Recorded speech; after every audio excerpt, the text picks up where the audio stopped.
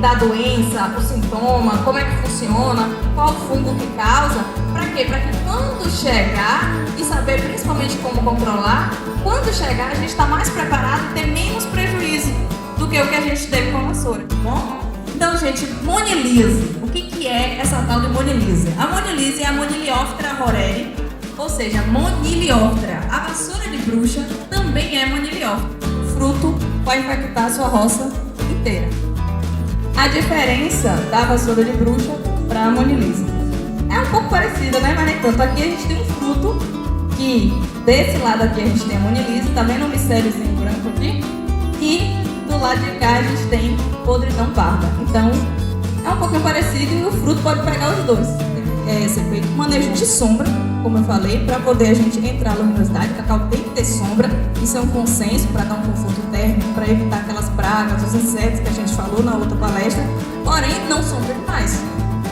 Entendeu? Tudo é questão de equilíbrio. A palestra de pragas do ano passado foi a gente que deu aqui, junto com o rapaz da Embrapa. Lembrei agora. É por isso que a gente lembra. E tudo isso de manejo de casqueira, etc. A gente falou no ano passado, mas eu tô vendo que esse ano tem umas caras diferentes aqui hoje, tá bom? Eu preferi que Edson falasse primeiro de pragas no geral, porque boa parte do controle cultural que ele falou aqui no manejo integrado de pragas, para a monilise vai funcionar.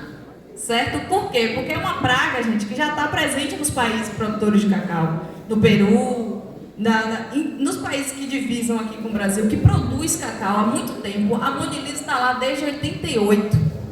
E os caras continuam produzindo cacau e convivendo com a doença. Só que, quando a monilise chegou nesses países, ela causou um estrago terrível, um prejuízo assim, de imediato, um prejuízo muito grande. Como a vassoura chegou aqui. Como a vassoura. Então, o que acontece é que...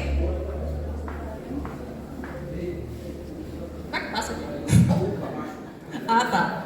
Pronto. Então, gente, o que acontece é, a gente tem que entender da doença, o sintoma, como é que funciona, qual fungo que causa, para quê? Para que quando chegar, e saber principalmente como controlar, quando chegar a gente está mais preparado e ter menos prejuízo do que o que a gente teve com a vassoura. Porque quando a vassoura chegou lá no início da década de 80, nem a CEPLAC, nem ninguém sabia como combater a vassoura. Então foram várias tentativas e erros e hoje a gente está aí convivendo com a vassoura, certo? Ela tira um pouco a nossa produção? Tira um pouco a nossa produção, mas a gente já sabe conviver. E as práticas são aquelas, derrubar a vassoura, fazer manejo de casqueiro, etc. Que a gente falou ano passado e está falando agora também, tá bom? Então, gente, monilise. O que é essa tal de monilise? A monilise é a Monilióptera horeri, ou seja, monilióptera. A vassoura de bruxa também é monilióptera, então ela é uma parente da vassoura. A monilise é parente da vassoura de bruxa,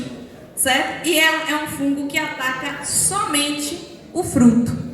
Diferente da vassoura de bruxa, que ataca os ramos também, a monilise é apenas o fruto. Só o fruto. Em que fase do fruto? Em todas as fases. Ela ataca o birrozinho pequenininho, o fruto jovem, o fruto já de vez, como a gente chama, o fruto maduro. Todas as fases do fruto ela ataca. E aí que tá o perigo, né? Porque a vassoura de bruxa a gente ainda tenta aproveitar ali metade do fruto, etc. Às vezes dá mais vassoura no ramo do que no fruto. Então a gente ainda consegue aproveitar muita coisa. Mas na monilise a gente não consegue aproveitar, porque ela pega todas as fases do fruto. Então se ela chegar na tua roça, ela vai pegar todas as fases do fruto. Você vai perder de birro a fruto maduro. Ok? Então, gente, hoje ela está presente, ó, aqui, ó, nesses países que estão ao lado do Brasil. A gente está falando de Equador, de Peru, e ela já está presente lá há muito tempo. Então, a gente sabia que uma hora ela ia entrar e que a porta de entrada ia ser ali, pelo Acre, pelo Amazonas, que foi o que aconteceu. E a gente tem também outros países, Venezuela, Nicarágua, México, que já tem a monilise lá. Hoje a gente tem essa região aqui do Acre, que tem alguns municípios onde foi identificada a monilise, e todo o estado do Amazonas, tá vendo? Aqui e aqui teve foco de monilise. Então hoje a gente já pode dizer que monilise está presente no Acre e no Amazonas. E o pessoal tem que tomar todo o cuidado do mundo para não passar para o Pará, que a gente sabe que é um dos estados maior produtor de cacau, além daqui da Bahia. Ok? Então, dando sequência aqui. Quem são os hospedeiros da monilise? É só o cacau que pega a monilise? Não. A gente tem outras espécies parentes do cacau que também pega a monilise e é aí que mora o perigo. Inclusive, acredita-se que lá no Acre, a monilise entrou infectando o cacau cupuaçu. Né? Porque no Acre não tem tanto cacau. Esse cacau que a gente cultiva aqui, lá no Acre não é tão cultivado. Lá no Acre é mais cacau cupuaçu. Então, provavelmente entrou pelo cacau cupuaçu e aí a gente vai ver os sintomas. Então, a monilise, os hospedeiros é o cacau cupuaçu, algumas espécies de cacau nativos lá da Amazônia que são também da mesma família do cacau, que é o caso do macambo, do cupuí. Todas essas espécies são suscetíveis à monilise. Outras espécies de cacau que estão presentes lá na floresta. E aí, ó, tem essa espécie aqui, ó, que parece uma carambola, mas é um parente do cacau também. Tá? Mas o sintoma, as características da doença no cacau, que é a nossa principal espécie, né, o que a gente cultiva aqui. Os sintomas é assim, ó, gente. Ela começa com uma mancha preta, igual a vassoura de bruxa, porém, aos poucos vai aparecendo um pozinho branco dentro dessa lesão escura aqui. E aí esse pozinho branco, ele vai tomando conta do fruto todo. E esse pozinho branco é o esporo do fungo, ou seja, é como se fosse a semente do fungo. E aí um fruto carrega milhões de esporos. Então um fruto pode infectar a sua roça inteira. E é transmitido, aqui novamente o sintoma no cupuaçu, a mesma coisa. Forma o pozinho branco no fruto do cupuaçu. Também aí o sintoma em outras espécies. E aqui o sintoma interno, né, dentro do fruto. Como que fica, né? Depois de formar essa mancha escura e esse pozinho, se você partir o fruto aqui no meio, o sintoma por dentro é super parecido com a vassoura de bruxa. Mas o problema está justamente nesse pozinho branco, que é essa quantidade imensa de esporo que tem no fruto, que é capaz de disseminar a sua roça inteira. Porque a disseminação se dá pelo vento, animais, insetos, a gente. E creio eu que se chegar no Pará, aqui na Bahia, vai ser pela gente mesmo. Porque como o Edson falou na outra palestra, né? A gente às vezes acaba sem querer sendo a pior praga da nossa lavoura. E aí eu mostrei para vocês quais são os países que tem e que já tem no Acre e já tem no Amazonas. Então, a fiscalização de cacau, de muda de cacau, de fruto de cacau que entra aqui na Bahia, ela tem que ser extremamente rigorosa, tá? E aí eu pergunto, para que, com tanto cacau aqui, que a gente vai querer cacau de lá dos outros estados? Muda de cacau de outros estados, para quê? Então, quem tem parente fora, tia, tio, não sei o quê, que às vezes vem visitar o povo aqui no interior, quiser trazer cacau, não queira não. Não, deixa lá, entendeu? Não precisa, cacau a gente tem um monte aqui, cupuaçu a gente tem um monte aqui, tá bom? Porque assim, existe a fiscalização nos aeroportos, nas rodovias, depois a gente vai ver as fotos mais na frente dessa fiscalização que acontece que a DAB faz. Mas a gente sabe que pode passar, certo? A gente sabe que pode passar. Então, a gente também tem que fazer a nossa parte, tá bom?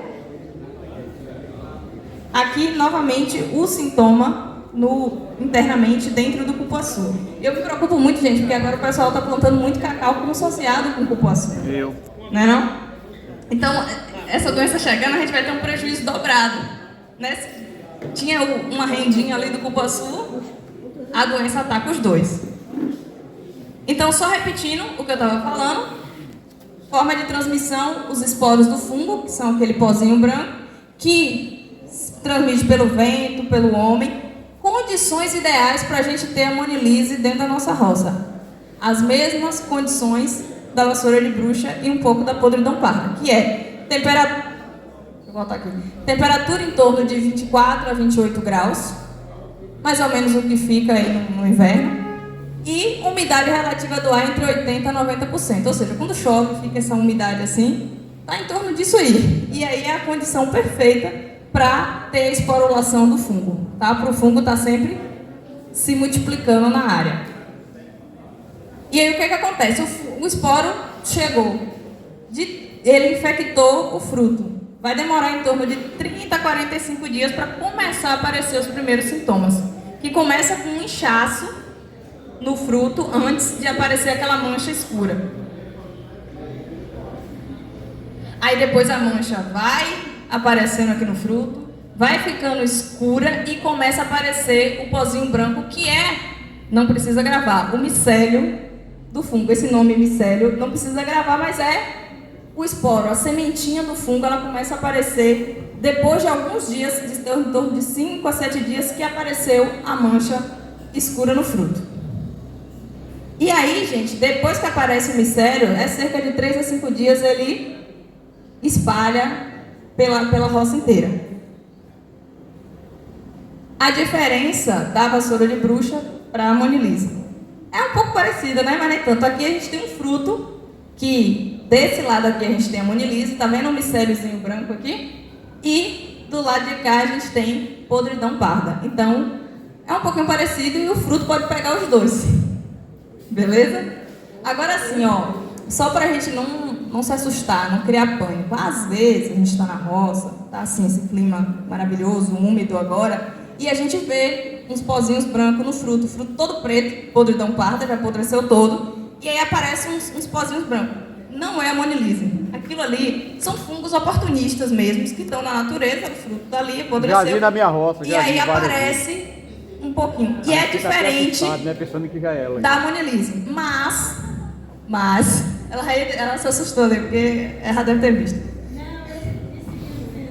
Já viu? Não, eu vejo direto. Esses dias eu estava em Birapitanga, que é uma região que tem muito cacau ainda em cabruca, umas cabrucas fechadas, menino. Nessa chuva eu estava lá, vi muito fruto assim, branco, com um aspecto esbranquiçado por fora, mas não era monilise, é fungos oportunistas mesmo, porque tinha muita podridão parda na área, muita. Dando sequência aqui, novamente, aqui, podridão, aqui, monilise, tá? Então tem umas diferenças. Eu tô um pouco sem óculos e aí eu não tô enxergando direito. Eu tô igual, tipo, a miopia já tá afetada já. Mas, então, aqui a gente tem um exemplo de por que a gente tem que começar a manejar e fazer o controle cultural dessas pragas que a gente já tem. O que acontece? Se eu tenho uma cabruca fechada, com muita sombra, não entra a luz, não faço nenhum tratamento de casqueiro, então podridão parda e vassoura de bruxa tem com vontade. Quando a monilise chegar, esse é o ambiente perfeito para a praga chegar e não sair mais. Então a gente vai ter que controlar a umidade, ralear a sombra. A gente tem aqui muito cacau pleno sol, mas a gente também tem muita cabruca fechada, muita área abandonada, né? Os municípios de Gandu e Birapitanga tem muita área abandonada, a área de cacau antigo, cacau comum, que o pessoal abandonou, não cuidou mais e voltou a cuidar agora que o preço subiu, né? A gente passa na estrada, vê um monte de gente roçando os cacau para poder colher novamente. Mas a gente vai precisar fazer raleamento de algumas cabrucas para poder entrar luz. Isso foi uma das medidas que os países que têm a monilise, quando chegou, eles tomaram essas medidas, que foi ralear um pouco para poder entrar luminosidade na área. Bom, manejo integrado. Palavrinha que vocês ouviram 500 mil vezes aqui na palestra anterior. Monilise vai ser a mesma coisa. Manejo integrado. Antes que pergunte, né? Já tem produto para poder aplicar? Então, mesma coisa. Vai ter que ser monitoramento dobrado, certo? Então, esse papo de monitoramento que ele falou que não é brincadeira, embora ele seja muito engraçado, mas não é brincadeira, é sério. O monitoramento foi em torno de 15 dias, né? Se a monilise chegar, eu creio que vai ser bem menos. Aqui na frente a gente tem umas imagens que mostram, né? Um fruto já tem que entrar derrubar o fruto e impedir a esporulação. Então, esse papo de monitoramento é muito sério. Então, o controle cultural, né, vai ter que ser. Deixa eu chegar perto aqui para poder conseguir Vê que eu também não estou enxergando direito. Então, controle cultural, manejo de poda. Deixar o cacau 1 ano, 2 anos sem podar, não vai ser possível, porque o fruto se esconde, né, gente? Lá no... Às vezes tem umas áreas que o pé de cacau já está lá nas alturas, a gente nem consegue colher o fruto fica lá em cima, com vassoura, né? A gente não consegue nem derrubar o fruto com podridão, e aí a podridão nunca sai da área, então manejo de poda vai ter que ser feito